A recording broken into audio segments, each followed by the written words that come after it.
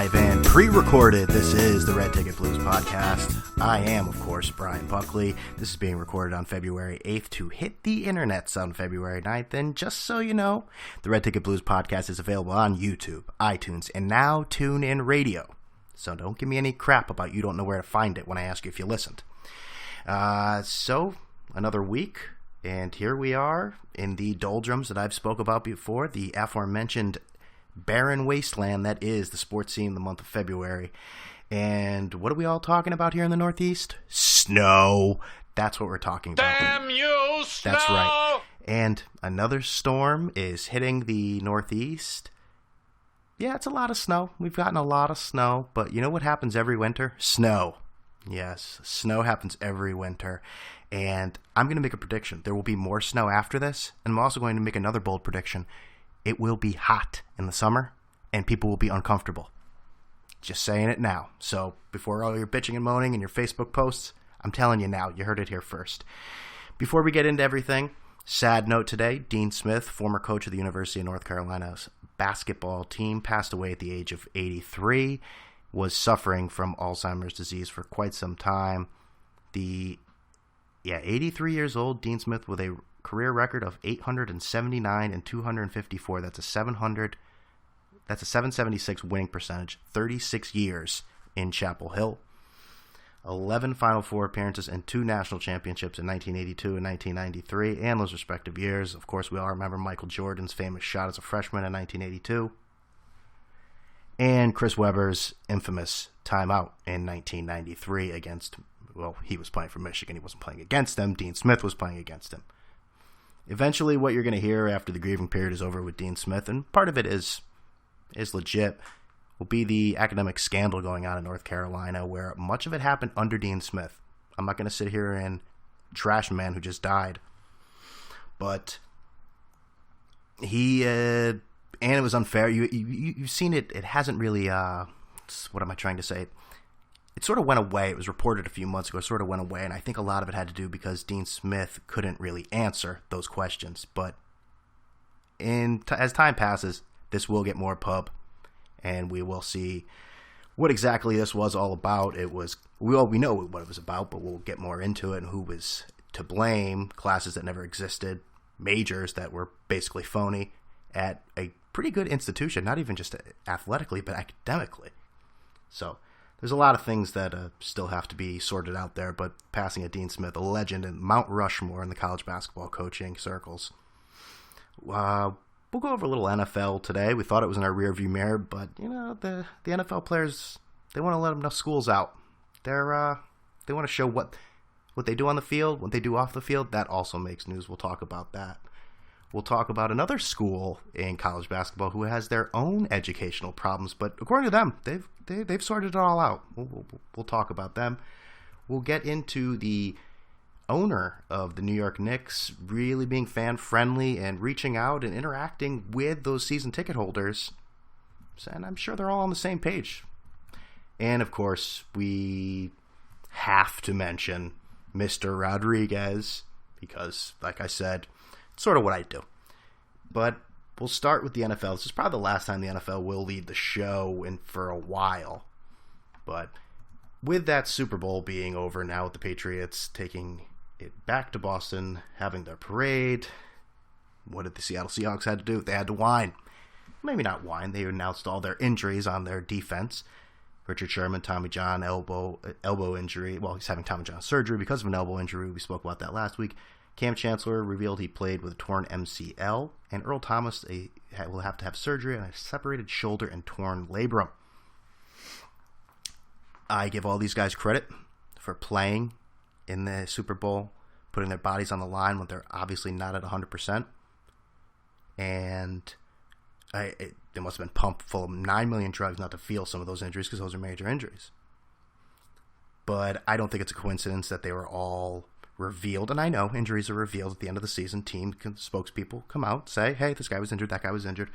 I think this is just sour grapes, them whining, saying, hey, we played really hard, and if we were tip-top shape, we wouldn't have lost that game. That's the way I look at it. Some people might say that's unfair. I don't care. That's the way I look at it.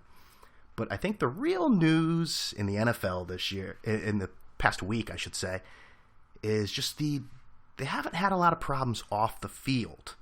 It's, we've had the deflated footballs and other issues in the NFL, but the law stuff has sort of been, they haven't really heard much news. Well, the NFL wanted to have a renaissance of sorts because this week they were all about it.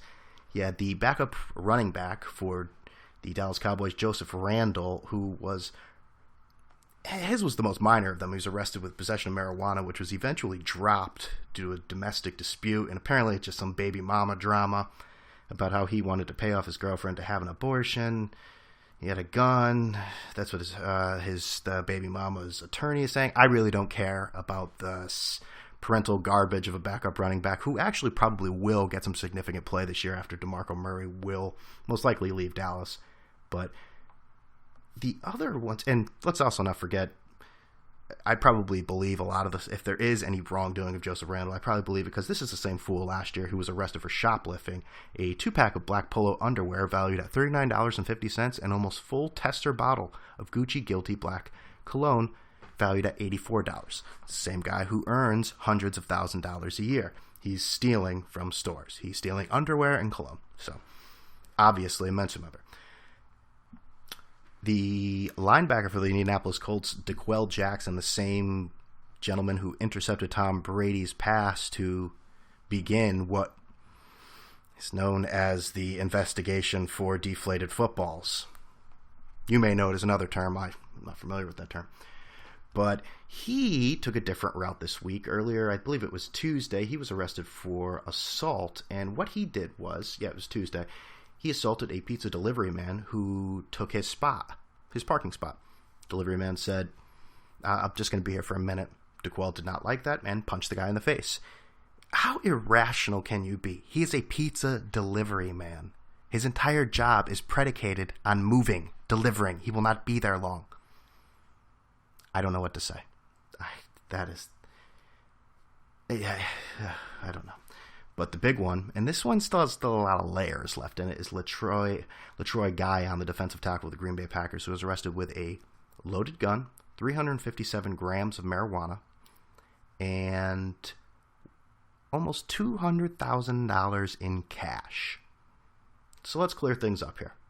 The gun is registered and legal in the state of Minnesota. He was arrested in Florida. So, issue there. The media does like to sensationalize things with 357 grams, which makes him sound like he's some sort of kingpin, like he's Pablo Escobar or something, but in reality it's 0.78 pounds.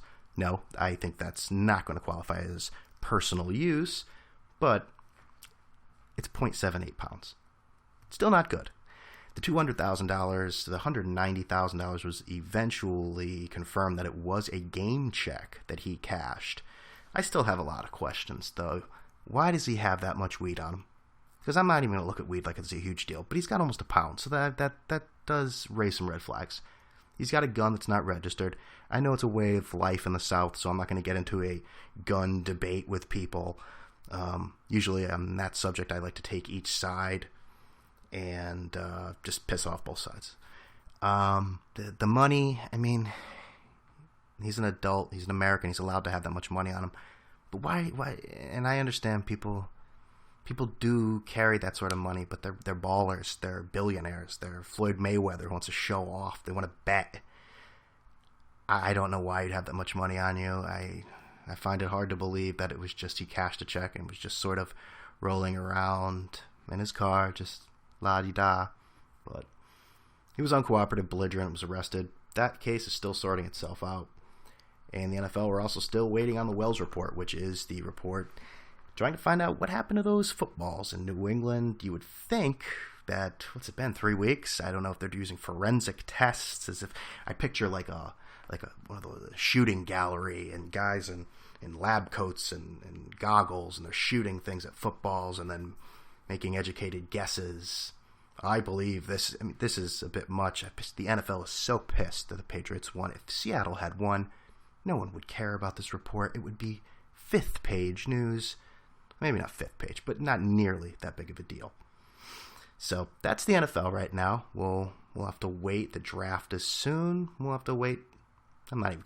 No. I'm not getting into draft stuff. I'm not doing that. And I'm tired of listening about that last play because I heard that all day, every day.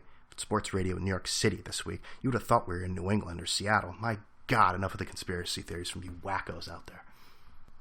And like I promised, we talk about another college basketball team with academic issues, that being the Syracuse University men's basketball team. But according to them, they're just going to take it into their own hands. They decided to level a self-imposed ban on their basketball team, saying, hey, we admit it, we did wrong, and we are banning ourselves from the postseason this year. Pretty noble of them. I applaud them. In a statement released by the university, Jim Boeheim in the statement said, I believe the university is doing the right thing by acknowledging that past mistakes occurred. University is acknowledging them, not him. Not him. Not St. Jim, because he wouldn't do something like that. He was asked this week after a loss to Pitt if what he thought about maybe people's perceptions of their program. Jim responded in an eloquent way that only he could. I don't give a shit what those people think. I know what I've done, and I know what we do, and I'm proud of it. So the university's to blame. He's not to blame. And if you ask questions like that, you're going to get it from Jim. I'll ask anybody's question but yours, if you're an idiot. Now, obviously, this is a convenient time for Syracuse to make this decision to put the self-imposed ban on them.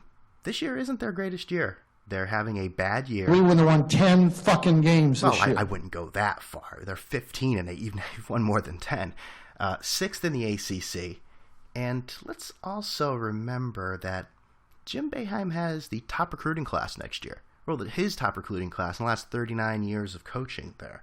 And he's also going to be doing the Krzyzewski route as he approaches 1,000 victories. A lot of people don't know how many victories, people don't know. A lot of people don't realize he has as many victories. He's right behind Coach K. He's not going to get the same fanfare, but when it comes to wins, he's right there. But the idea that, and you know what also screws? What screws? It really screws. What is screwed up is that they announce it now. If they had announced this in the beginning of the season, and this academic fraud goes back to 2007, so it's not like it's just revealed. They're well aware of this. They screwed anyone who wanted to transfer, because if they announce this now, they decide to transfer, they have to sit out the rest of the season and next season. So obviously that's a Syracuse University. Jim Boeheim and his coaching staff, they don't give a shit about any of those players. They care about the new players coming in, that great recruiting class. I mean, the self-imposed ban is such a joke. It is such a cop-out. I mean, the self-imposed ban is like, if I was driving through a high-traffic drug area and was pulled over by the cops, I immediately said, Officer, I have a joint. Please prosecute me to the full extent of the law. I did bad. Hoping he'd ignore the 5 pounds of cocaine I have in my car. That's what a self-imposed ban is like. It's ridiculous, and no one should buy it. And I certainly hope President Mark Emmert of the NCAA doesn't buy that garbage, because Jim Boeheim, he seems to skirt by with how much of an asshole he actually is. And yes, this is coming from a UConn fan. And yes, this is coming from a UConn fan who, yes, the University of Connecticut's history, reputation built on an old curmudgeon, Jim Calhoun, who's not a dime back. Yeah, he was an asshole too. But Jim Boeheim goes out of his way to insult people, make reporters look like crap, and just a cantankerous old man who is never wrong, and just ugh. And Duke coach Mike Krzyzewski said, "I feel bad that's happening to in regards to the Syracuse self-imposed ban. I love Syracuse," Mike said. "I love Jim, and you don't want anything bad to happen in your conference. Yeah, it's not like someone died. They did something that was wrong. I feel bad that's happening." Yeah, Coach K, but enough. But I know what some of you are thinking in the back of your mind. Oh, you're a UConn fan, like I said, and academic scandals. That's right. Oh, you can criticize Boeheim and Syracuse, but what about UConn? Well, if you want to talk about the UConn thing, get some facts and come back and see. That's right, exactly. Like I said, not the most gentle man in the world, Jim Calhoun. They got screwed with the academic progress rate. And what that was the NCAA decided to, say that we're going to give this score. and we're going to go back 4 years, and if you don't reach that score, you're going to be banned from the postseason, which is what happened to UConn in 2013. Now, UConn, there's nothing to defend about their graduation rate. At the time, it was one of the lowest. It was improving. I'm not going to say it was an institution built like the Ivy League, because it's not. Their graduation rate was poor. But the idea that they go 4 years back by imposing something one time, that's like driving down the highway in a 55-mile-an-hour zone. You're going, you're good. Hey, yeah, everything's fine. And then 2 years later, a cop calls you up and say, hey, by the way, we're switching that speed limit back to, we're going to put it down to 45, so you're over the speed limit and you're getting a ticket. Don't you like all my examples this way? I mean, whew, the analogies are out of control. But, I mean, that's what that's like. And yes, Calhoun was suspended for 3 games a few years ago with that whole Nate Miles, oh boy, that Nate Miles debacle. But, and that really all that surrounded was text messages, and it's basically him looking the other way and allowing his assistants to text message phone calls. Nate Miles was a disaster. We talk a whole podcast about that garbage. Anyways, we move on to the New York... We are the New York Knicks. We are the New York Knicks. We are the New York Knicks. We are the New York Knicks. Say go New York, go New York, go. Go New York, go New York, go. Say go New York, go New York, go. Today, Deadspin got a copy of an email that a fan sent to owner Jim Dolan, who also owns the New York Rangers, just telling him about what, how he feels about the team, how he feels about Jim Dolan, and the progress he's made since he's been the owner there. I'll read this. I know it's a podcast, people don't want to hear me read, but in order for me to talk about this, I got to read it, okay? So the subject is, I've been a Knicks fan since 1952. At one stage, I thought you did a wonderful thing when you acquired everything from your dad, Cablevision. However, since then, it has been all downhill.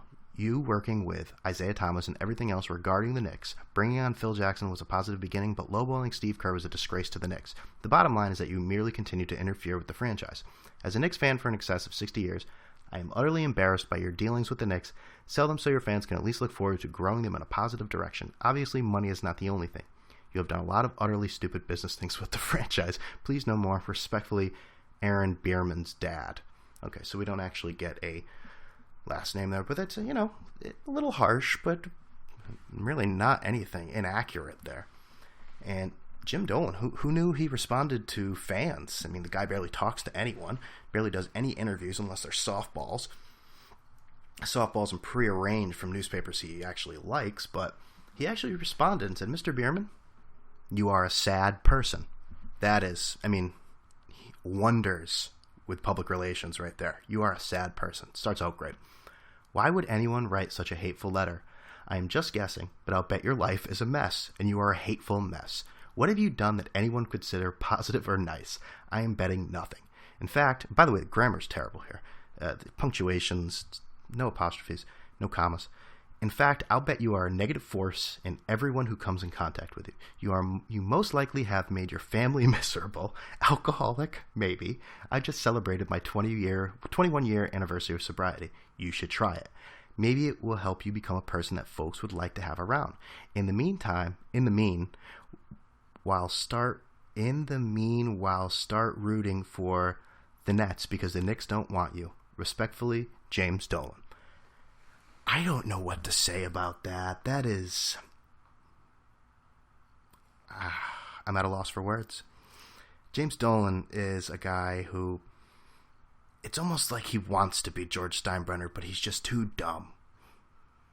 Maybe that's not a great analogy, because Dolan doesn't want all the press. He wants the press when things are good. He wants his face there, but he doesn't want his words thrown out there. But yet he's responding to fans' emails.